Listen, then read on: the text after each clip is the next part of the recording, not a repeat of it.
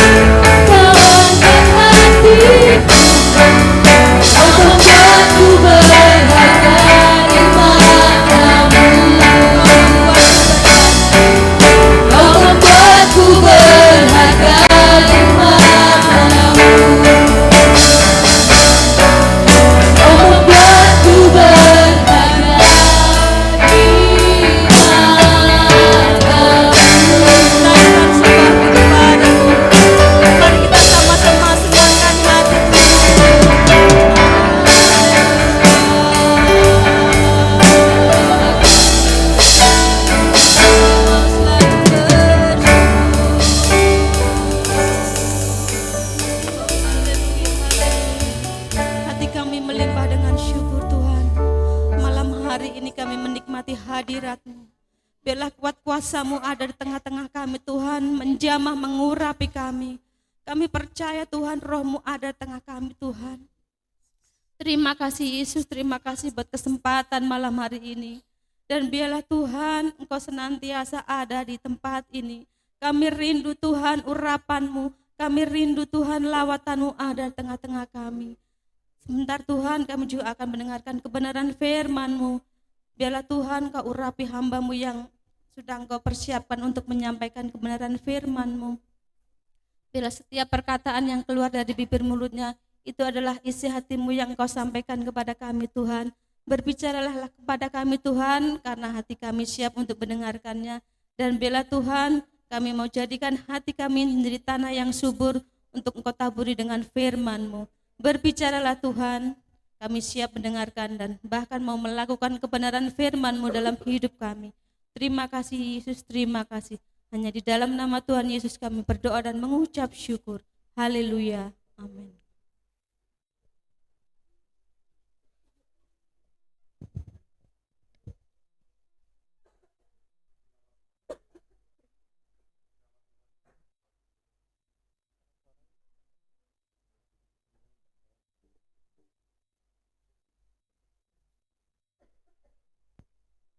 Satu, dua, tiga, cek. Ya. Selamat malam Bapak Ibu, ada haleluya. Nah hari ini saya akan memberikan tema yaitu penghalang berkat. Katakan bersama-sama dengan saya, penghalang berkat. Nah biasanya kalau ada yang mau berkat itu suka banyak orang yang suka menghalang-halangi. Nah sebelum kita menyalahkan orang lain, menyalahkan ini dan itu, mari kita lihat kebenaran firman Tuhan. Kenapa? Ini yang menjadi pertanyaan orang Kristen. Kenapa seringkali ketika kita udah jadi Kristen, pelayan Tuhan, sudah rajin berdoa, rajin berpuasa, tetapi ternyata doa-doa kita tidak dijawab, malah banyak masalah. Nah memang yang pertama adalah, mungkin ini karena seizin Allah mau memproses kita sama seperti Ayub. Tapi ini mungkin yang kemungkinannya persentasenya sangat kecil dan kalau bisa ini ditempatkan dulu di paling ujung belakang. Karena seringkali ketika kita jatuh, ketika kita dapat masalah, ketika dapat cobaan, ini justru yang ditaruh di paling depan. Sering banget ini ditaruh di depan. Bahkan tidak sedikit orang Kristen menyamakan dirinya dengan Ayub. Nanti dulu. Katakan sebelah kiri kanan, nanti dulu. Nanti dulu. Ini ditaruh di paling belakang karena harus ada syarat-syaratnya. Yang pertama, tanyakan pada dirimu, apakah kita masih melakukan dosa? Kalau masih melakukan dosa, jangan sama-samain kayak Ayub. Karena Ayub dibilang orang saleh. Setiap hari dia mendoakan anak-anaknya. Yang kedua, maksudnya melakukan dosa itu bukan berarti kita hidup kudus setiap hari, kan mustahil. Bukan, ini dimaksud dengan ikatan-ikatan dosa. Ya, ikatan dosa itu ada di pelajaran yang lain. Yang kedua, tanyakan kepada diri kita sendiri, apakah kita sudah menjadi pelaku firman? Banyak tuh, itu versi sendiri lagi. Dua hal itu aja. Nah, kalau belum, jangan-jangan yang penghalang berkat itu, sebelum kita menyalahkan orang lain, mari kita buka dulu di dalam Yakobus 4, ayat pertama.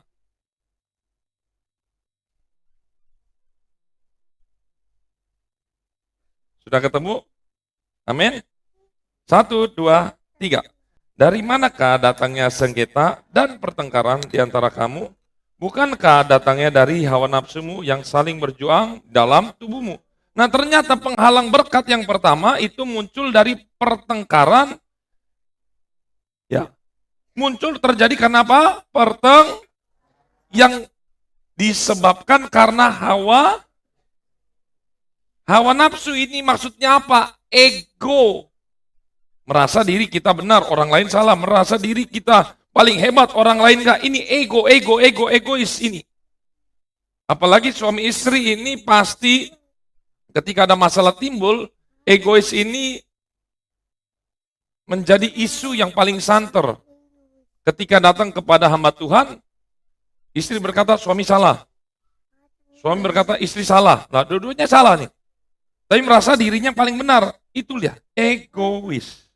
Yang kedua, yang pertama tadi apa? Pertengkaran karena akibat hawa nafsu. Yang kedua, baca di ayat 2, kamu mengingini sesuatu, tetapi kamu tidak memperolehnya. Terus lanjut. Lalu kamu membunuh, kamu iri hati, tetapi kamu tidak mencapai tujuanmu.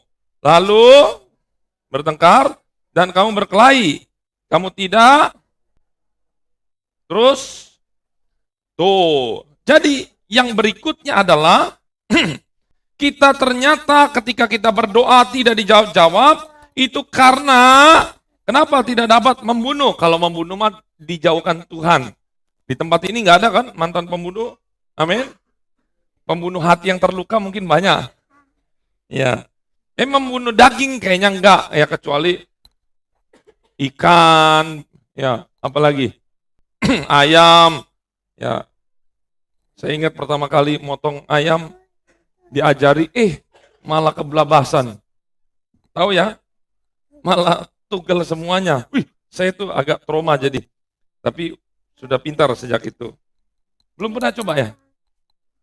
Oh, nanti kita ya, coba ya. Bersama-sama. Nah, yang kedua, pertama membunuh. Selanjutnya, di situ dikatakan kenapa? Iri.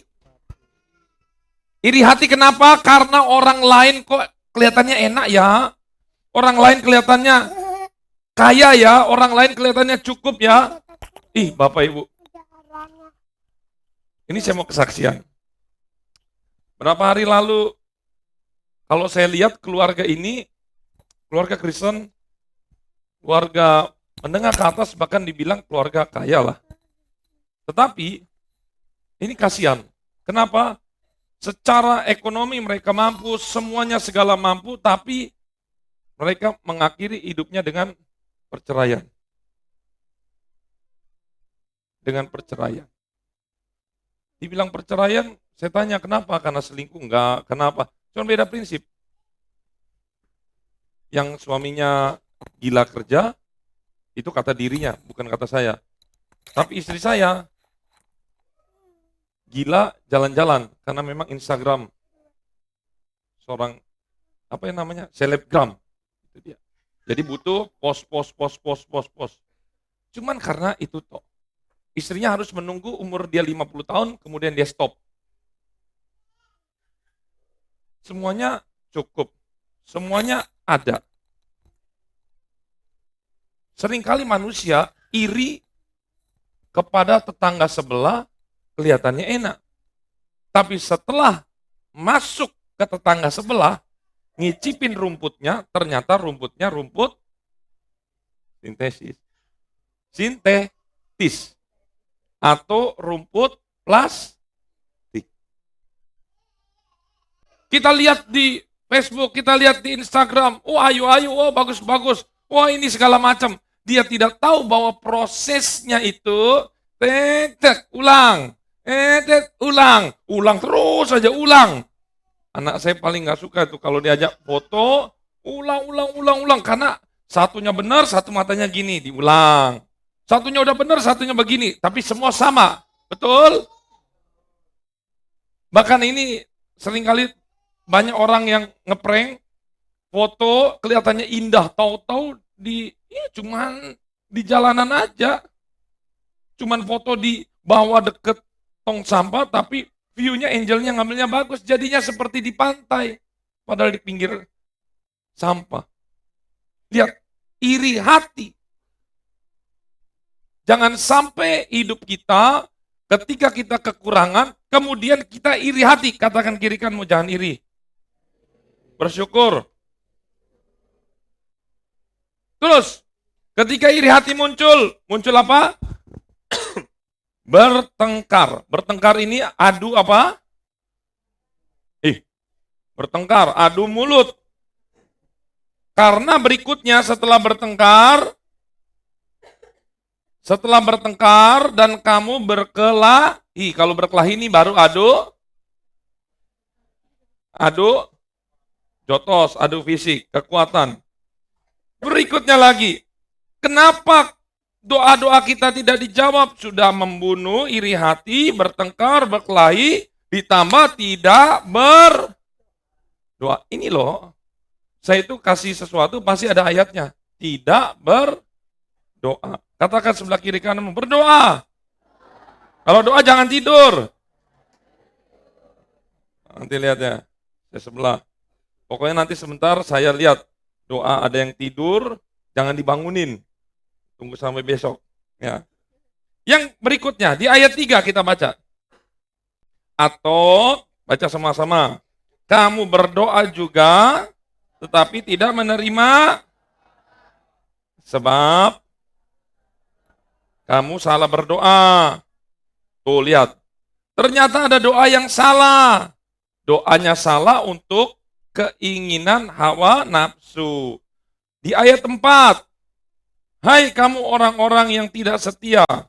Tuh ternyata kenapa penghalang berkat ini? Ya gimana mau dikasih berkat? Wong tidak setia.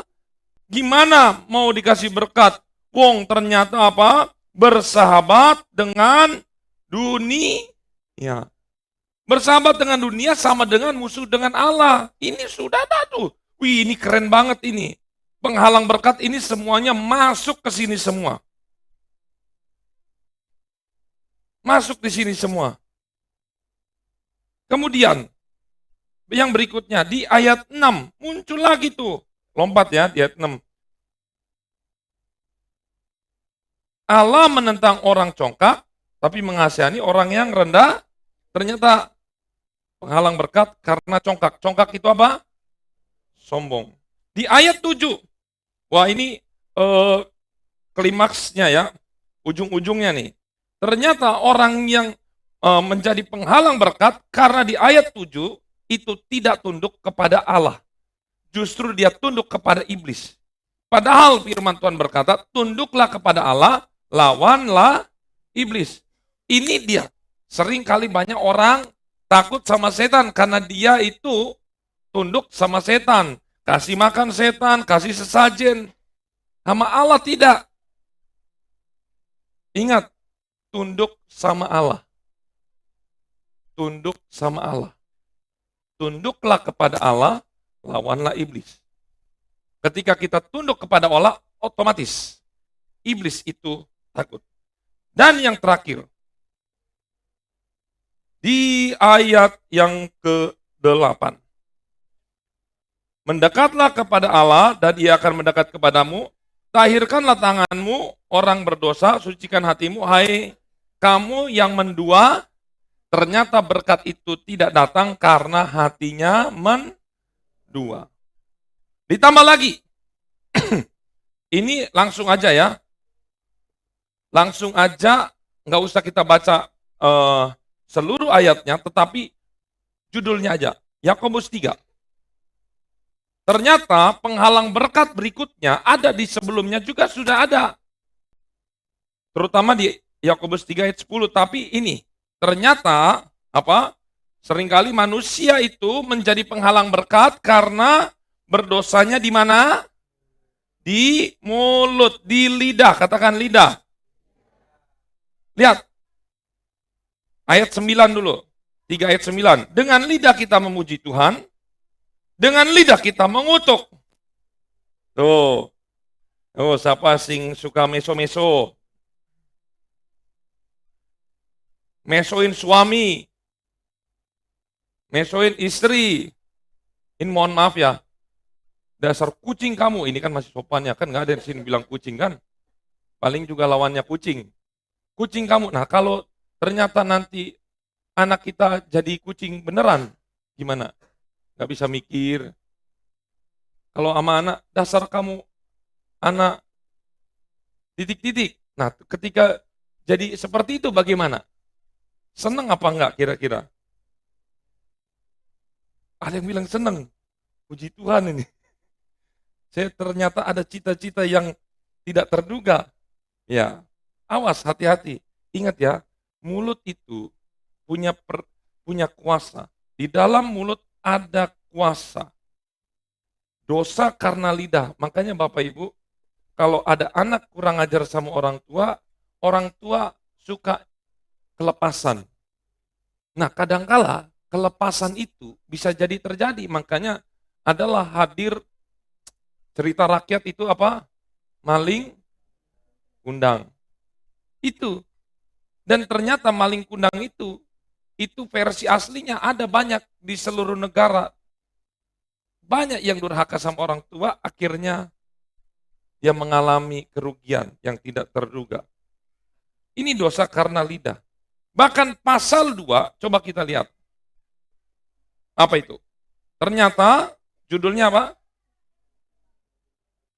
Jangan memandang. Jadi intinya, Yakobus ini, adiknya Yesus ini, ketika ketemu orang, lihat orang kaya, wah disenyumin, disalamin. Ketika lihat orang yang sederhana, apa sih kamu orang kelas. Nah ini pembeda.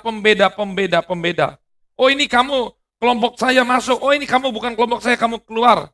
Ini justru menjadi penghalang berkat.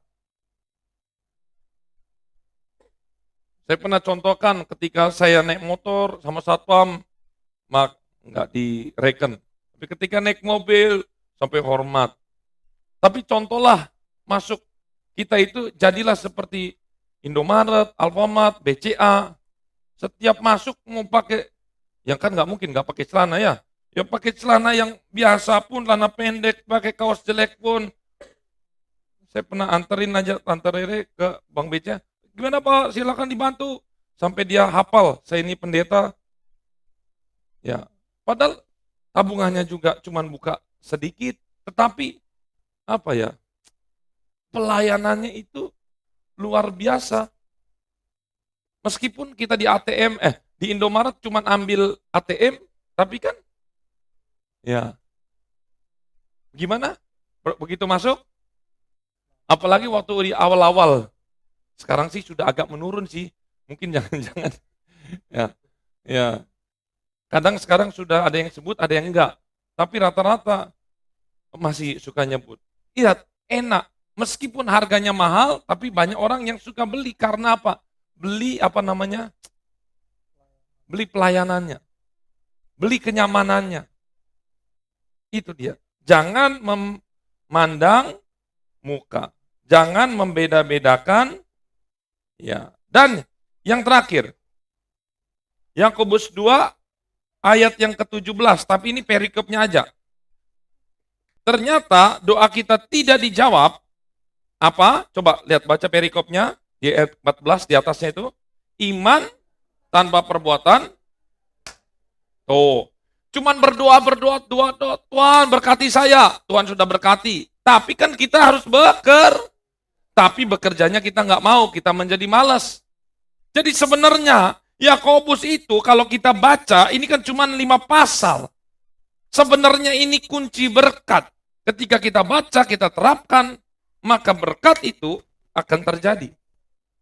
Karena apa? Karena seringkali menyalahkan Tuhan. Ingat loh, Yakobus 1, terakhir ya, kita baca. Yakobus 1, ayat 13, 14. Makanya ini ditutup, harus ayat ini muncul. Yakobus 1 ayat 13, apa? Gimana bacanya? Apabila seorang dicobai, janganlah berkata, pencobaan ini datangnya, stop dulu, katakan kiri, jangan dari Allah. Ya, jangan ini dari Tuhan, ini dari Tuhan. Firman Tuhan berkata, jangan kita berkata, pencobaan ini datang dari, sebab Allah tidak dapat dicobai oleh yang jahat, dan ia pun sendiri tidak mencobai siapapun. Ayat 14. Tetapi, tiap-tiap orang, tuh, ternyata biang keroknya siapa? Saya bilang. Biang keroknya siapa? Berarti saya harus baru. Ayo malam ini kita akan masuk dalam penyembahan. Kita serahkan hidup kita kepada Tuhan. Kita katakan, Tuhan saya mau berubah. Saya mau dipulihkan. Semua berdoa.